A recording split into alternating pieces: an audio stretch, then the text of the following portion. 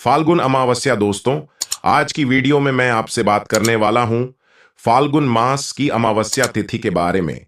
फाल्गुन मास की अमावस्या तिथि कब है? 9 मार्च या 10 मार्च? अमावस्या तिथि कब प्रारंभ हो रही है, कब समाप्त हो रही है?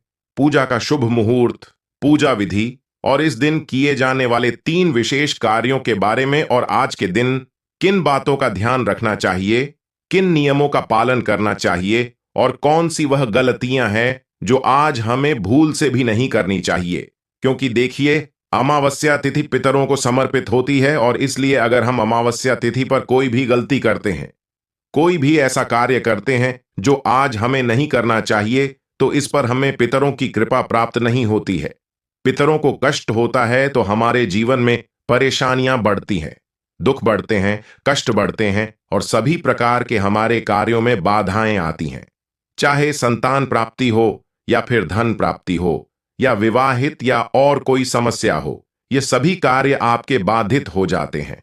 अगर पितृदोष लग जाता है या पितरों की आपको कृपा प्राप्त नहीं होती है, इसलिए बहुत आवश्यक होता है अमावस्या तिथि पर कुछ विशेष बातों का ध्यान रखना। और दोस्तों, साथ ही हम जानेंगे कि सुहागिन महिलाओं को किन बातों का ध्यान रखना चाहिए। तो आज की इस वीडियो में हम आपके संपूर्ण जानकारी देंगे, तो आप पूरा वीडियो अवश्य देखें। नमस्कार दोस्तों, स्वागत है आप सभी का आपके पसंदीदा चैनल हिंदू रिलीजियस टेल्स में। दोस्तों, वैसे तो प्रत्येक ही मास की अमावस्या बहुत महत्वपूर्ण होती है, लेकिन फाल्गुन मास की अमावस्या को विशेष रूप से महत्वपूर्ण माना गया है। इस अमावस्या को फाल्गुनी अमावस्या कहा गया है, जैसे कि हर अमावस्या पर स्नान करते हैं, पवित्र नदियों में या फिर दान इत्यादि रहते हैं। तो आइए जानते हैं अमावस्या तिथि कब प्रारंभ हो रही है। लेकिन उससे पहले दोस्तों, हमारा आपसे हाथ जोड़कर बिना निवेदन है कि अभी तक आपने हमारे वीडियो को लाइक नहीं किया तो वीडियो को लाइक करके चैनल को सब्सक्राइब अवश्य कर ले और हां, पास वाले बेल आइकन का बटन दबाना बिल्कुल भी ना भूले। चलिए जानते हैं कि अमावस्या तिथि कब प्रारंभ हो रही है। तो आइए जानते हैं फाल्गुन अमावस्या तिथि के शुभ मुहूर्त के बारे में। अमावस्या तिथि प्रारंभ समय 9 मार्च 2024 दिन शनिवार शाम 6:19 और अमावस्या तिथि की जो समाप्ति है वह 10 मार्च 2024 दिन रविवार को दोपहर 2:31 पर। ऐसे में उदय तिथि के अनुसार 10 मार्च रविवार को अमावस्या का व्रत रखा जाएगा। स्नान दान भी इस दिन किया जाएगा। तो 10 मार्च को जो सूर्योदय का समय है वह समय सुबह 6:12 और सूर्यास्त शाम 6:04। ब्रह्म मुहूर्त का जो समय होगा वो सुबह 4:59 से सुबह 5:48 तक होगा। नक्षत्र जो कि पूर्वा भाद्रपद नक्षत्र रात्रि 1:55 तक होगा। उसके बाद उत्तरा भाद्रपद नक्षत्र योग की शादी योग होगा शाम 4:14 तक। उसके बाद शुभ योग इस दिन गोधूली मुहूर्त का समय शाम 6:24 से शाम 6:49 तक होगा। राहुकाल का जो समय है वह समय शाम 4:35 से शाम 6:04 तक होगा। जिन लोगों को फाल्गुन अमावस्या के दिन स्नान और दान करना है वह लोग उस दिन ब्रह्म मुहूर्त में स्नान दान कर सकते हैं। इसके अलावा पूरे दिन साध्य योग बना हुआ है जो स्नान और दान करने के लिए बहुत ही उत्तम है। जिन लोगों को अपने पितरों के लिए तर्पण करना है वह अमावस्या के दिन काले तिलकुशा और जल से तर्पण कर सकते हैं। इस दिन स्नान दान के पुण्य की प्राप्ति के साथ ही पितरों का आशीर्वाद भी प्राप्त होता है। इस दिन आप अपने पितरों को ध्यान करके अन्न वस्त्र धन भूमि जो भी आपकी सामर्थ्य प्रदान कर सकते हैं। अमावस्या के दिन काली चींटियों को शक्कर मिला हुआ आटा खिलाने से पाप कर्मों का क्षय होता है। अमावस्या के दिन प्रातः का सूर्य भगवान को अर्घ्य देना चाहिए। अर्घ्य देते समय तांबे के लोटे में लाल सिंदूर, लाल फूल व काले तिल डालना शुभ होता है। इसी दिन आपको स्नान दान इत्यादि सभी नियम पालन करने हैं। दोस्तों, आज के दिन अगर आप कुछ बातों का ध्यान रखते हैं, कुछ चीजों का दान करते हैं, तो सभी प्रकार के शनि दोषों से भी मुक्ति मिलती है और किसी भी प्रकार की आर्थिक, शारीरिक या मानसिक पीड़ा से अगर आपको परेशानी हो रही है तो आज का दिन बहुत महत्वपूर्ण है। आज के दिन उपाय कीजिए जिससे कि आपको लाभ होगा। और अब बात करते हैं कि हमें आज के दिन क्या करना चाहिए और क्या नहीं करना चाहिए। तो देखिए, अमावस्या तिथि है और शास्त्रों के अनुसार आज के दिन प्रातः काल जल्दी उठकर पवित्र नदियों में स्नान करना चाहिए। तो अगर आप जा सकते हैं किसी पवित्र नदी में स्नान करने, तब तो बहुत अच्छी बात है। नहीं तो अपने घर में भी गंगा जल मिश्रित जल से स्नान कर सकते हैं।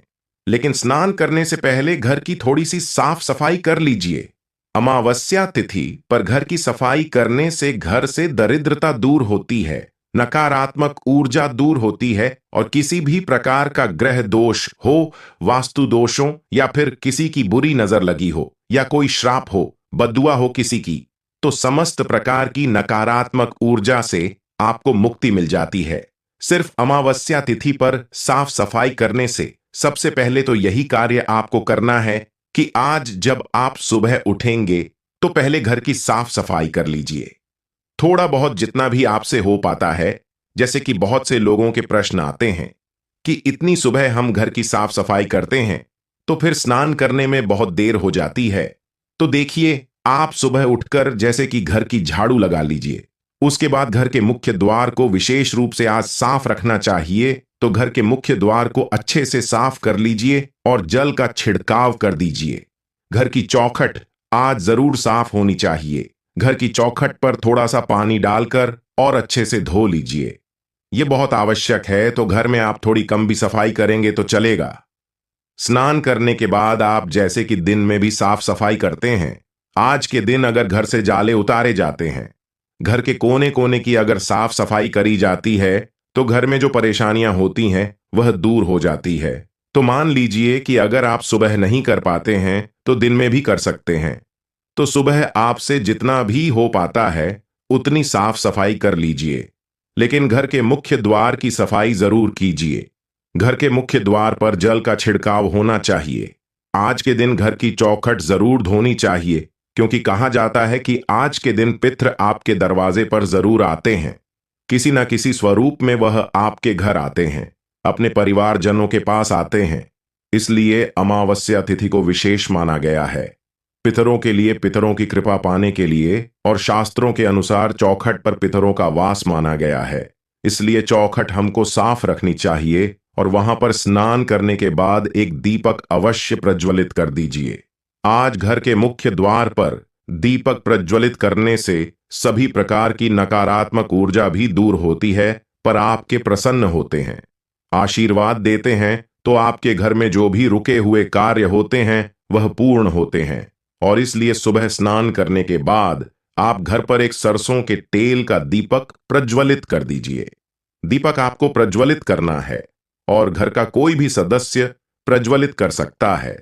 जरूरी नहीं है कि घर की महिलाएं ही करेंगी, कोई भी सदस्य प्रज्वलित कर सकता है। और हां, आज के दिन पवित्र नदियों में स्नान करने का विधान है। तो देखिए, सबके लिए ऐसा संभव नहीं है कि किसी भी पवित्र नदी में जाकर स्नान कर पाए। तो ऐसे में आप अपने घर में भी गंगा जल और काले तिल मिलाकर उसे जल से स्नान करें। और हां, घर में बच्चे हो, बड़े हो या फिर बुजुर्ग, सभी के लिए इसी प्रकार से जल तैयार करना है। मतलब जल में आपको गंगा जल और काले तिल जरूर मिलाने हैं। अगर इस प्रकार के स्नान करते हैं, ऐसे पुण्य अतिथियों व परिवार के दुर्भाग्य दूर होता है। सभी परिवार के सदस्यों के ऊपर किसी भी प्रकार का ग्रह दोष हो तो वह दूर हो जाता है। तो इस नियम का पालन प्रत्येक व्यक्ति को जरूर करना चाहिए। और स्नान करने के बाद भगवान सूर्य देव को जल अर्पित करें। आप जल में अगर थोड़े से काले तिल मिलाकर जल अर्पित करते हैं तो यह बहुत ही अच्छा होगा। इससे सभी प्रकार के बुरे ग्रह दोषों से आपको मुक्ति मिलती है और किसी भी प्रकार की शनि जनित पीड़ा हो तो इससे भी मुक्ति मिलती। इसके बाद आप अपने घर के मंदिर में जो भी नित्य की पूजा है वह कर लें। और हां, आज पीपल की पूजा का विशेष महत्व होता है। इस बार रविवार के दिन अमावस्या है। ऐसे में रविवार के दिन पीपल के पेड़ की पूजा या परिक्रमा नहीं की जाती है, तो आप शनिवार की शाम को भी पीपल के पेड़ की पूजा कर सकते हैं। लेकिन आपको अमावस्या का जो भी स्नान, दान या व्रत है वह रविवार के दिन ही करना चाहिए। तो घर के आसपास अगर पीपल का वृक्ष हो तो वहां जाकर आप तो जल में थोड़े से काले तिल मिलाकर और पीपल की जड़ में अर्पित कीजिए और इसके बाद धूप दीप करके पीपल की पूजा कर लीजिए। और हां, आज संध्या काल में पीपल के पास दीपदान अवश्य करना चाहिए। तो एक मिट्टी का दीपक या फिर आप चाहे तो आटे का दीपक बना सकते हैं। उसमें सरसों का तेल डाल दीजिए और एक लंबी बाती डालकर और अपने पितरों का मन में ध्यान करते हुए दीप प्रज्वलित कीजिए। उसके बाद थोड़े से काले तिल उस दीपक में डाल दीजिए और अपनी परेशानियों से मुक्ति के लिए अपने पितरों से और भगवान शनि देव से प्रार्थना कीजिए। इस प्रकार से अगर आप शनिवार के दिन पीपल की पूजा करते हैं तो समस्त प्रकार के कष्टों से दुखों से आपको मुक्ति मिल जाती है। शनिवार के दिन अगर आपकी पीपल की पूजा करते हैं, पीपल में दीपदान करते हैं, जल अर्पित करते हैं तो इससे बहुत अधिक पुण्य फल प्राप्त होता है और सभी प्रकार के कष्टों से दुखों से आपको मुक्ति मिलती है। अब मान लीजिए कि आपके घर के आसपास कोई पीपल का वृक्ष ना हो, तो ऐसे में क्या करें? तो देखिए, घर के आसपास कोई शनि मंदिर में भी आप जाकर थोड़ा सा तेल अर्पित कर सकते हैं शनि देव पर। आप दीप दान कर सकते हैं। और मान लीजिए कि आपके घर के आसपास शनिदेव का मंदिर भी ना हो, पीपल का वृक्ष भी ना हो, तो ऐसे में क्या करें? तो ऐसे में आपके घर के आसपास भगवान भोलेनाथ का मंदिर तो अवश्य ही, शिवालय तो हर जगह उपलब्ध होता है। तो ऐसे में अगर आपके घर के आसपास शिव मंदिर हो तो वहां जाकर भगवान भोलेनाथ के ऊपर काले तिल जल में मिलाकर अर्पित कीजिए और विधि विधान से भगवान शिव की पूजा आराधना कीजिए। वहां पर दीपदान कीजिए। तो इससे भी आपके समस्त प्रकार के जो ग्रह दोषों से मुक्ति मिल जाती है। तो आपके घर के आसपास जो भी सुविधा उपलब्ध, पीपल का वृक्ष, भगवान शनिदेव का मंदिर हो या फिर शिवालय हो, जो भी सुविधा आपके पास उपलब्ध हो, वही जाकर आप भगवान भोलेनाथ की, शनिदेव की और पीपल के पास पितरों की पूजा आराधना कर सकते हैं। और अगर तीनों चीजें आपके पास उपलब्ध हो तब तो अत्यंत भाग्यशाली हैं। आपको इस तरह स्थानों पर जाकर दीप दान करना चाहिए, जल अर्पित करना चाहिए और तेल अर्पित करना चाहिए। शनिदेव के मंदिर में तो आज का दिन इतना श्रेष्ठ है कि आज के दिन अगर आप ये सभी कार्य करते हैं तो निश्चित ही आपके भाग्य में चमत्कारी रूप से परिवर्तन होगा और आपके सभी कार्य जो बिगड़े हुए हैं वह सभी कार्य बनेंगे। तो पूरे विश्वास से यह सभी कार्य कीजिए, निश्चित ही आपको लाभ होगा। और बात करते हैं कि आज किन चीजों का दान करना चाहिए। तो देखिए, अमावस्या के दिन काले तिल का दान करना श्रेष्ठ माना जाता है।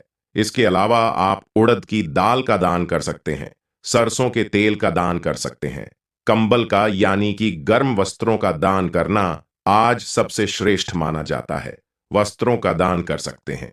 कोई भी वस्त्र, अगर गर्म वस्त्र का दान करना चाहिए या कोई भी नॉर्मल वस्त्र भी आप दान कर सकते हैं। इसके अलावा धन का दान कर सकते हैं, अन्न का दान कर सकते हैं, सीधा दान कर सकते हैं, जैसे कि खाने की सामग्री निकालकर किसी ब्राह्मण के यहां, किसी जरूरतमंद के यहां भिजवा सकते हैं या किसी ब्राह्मण को, जरूरतमंद को घर बुलाकर भोजन भी करा सकते हैं। तो यह पूरी तरह से आपके ऊपर निर्भर करता है कि आप कौन सी चीज का दान करना चाहते हैं और कितनी संख्या में, कितनी मात्रा में दान करना चाहते हैं। और सुहागिन महिलाओं के लिए अमावस्या तिथि पर एक बहुत जरूरी नियम है जिसका पालन आपको करना चाहिए। अमावस्या तिथि, पूर्णिमा तिथि, यह दो ऐसी तिथियां हैं जिस दिन भूल से भी सुहागिन महिलाओं को बाल नहीं धोना चाहिए, क्योंकि धार्मिक मान्यताओं के अनुसार सुहागिन महिलाएं अगर अमावस्या तिथि पर बाल धोती है या पूर्णिमा तिथि पर बाल धोती होती है तो इससे पति कष्टों में घिरे रहते हैं, पति की उम्र घटती है और दुर्भाग्य का सामना आपको करना पड़ता है।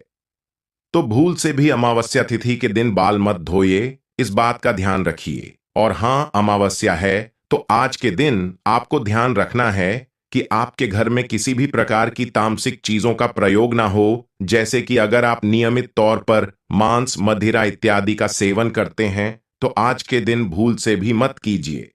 घर में किसी भी प्रकार से लड़ाई झगड़ा ना हो, वाद विवाद ना हो, इस बात का भी ध्यान रखिए। और हां, शाम के समय आपके घर के मंदिर में ईशान कोण में शुद्ध घी का एक दीपक अवश्य प्रज्वलित होना चाहिए, क्योंकि अमावस्या तिथि मां लक्ष्मी को अत्यंत ही प्रिय है। तो आज के दिन अगर आप मां लक्ष्मी की आराधना करते हैं शुद्ध घी का दीपक जलाकर मां लक्ष्मी की पूजा आराधना करते हैं तो हमेशा आपके घर में फिर लक्ष्मी का स्थायी वास बना रहता है। तो अमावस्या पर इन सभी बातों का ध्यान रखें। तो दोस्तों, उम्मीद करता हूं कि आपको यह जानकारी पसंद आई होगी। पसंद आई है तो लाइक कर दीजिए। हिंदू रिलीजियस टेल्स चैनल को सब्सक्राइब करके बेल आइकन का बटन अवश्य ही दबा दीजिए। मिलते हैं अपने अगले वीडियो में, तब तक के लिए धन्यवाद। जय श्री राम, हर हर महादेव।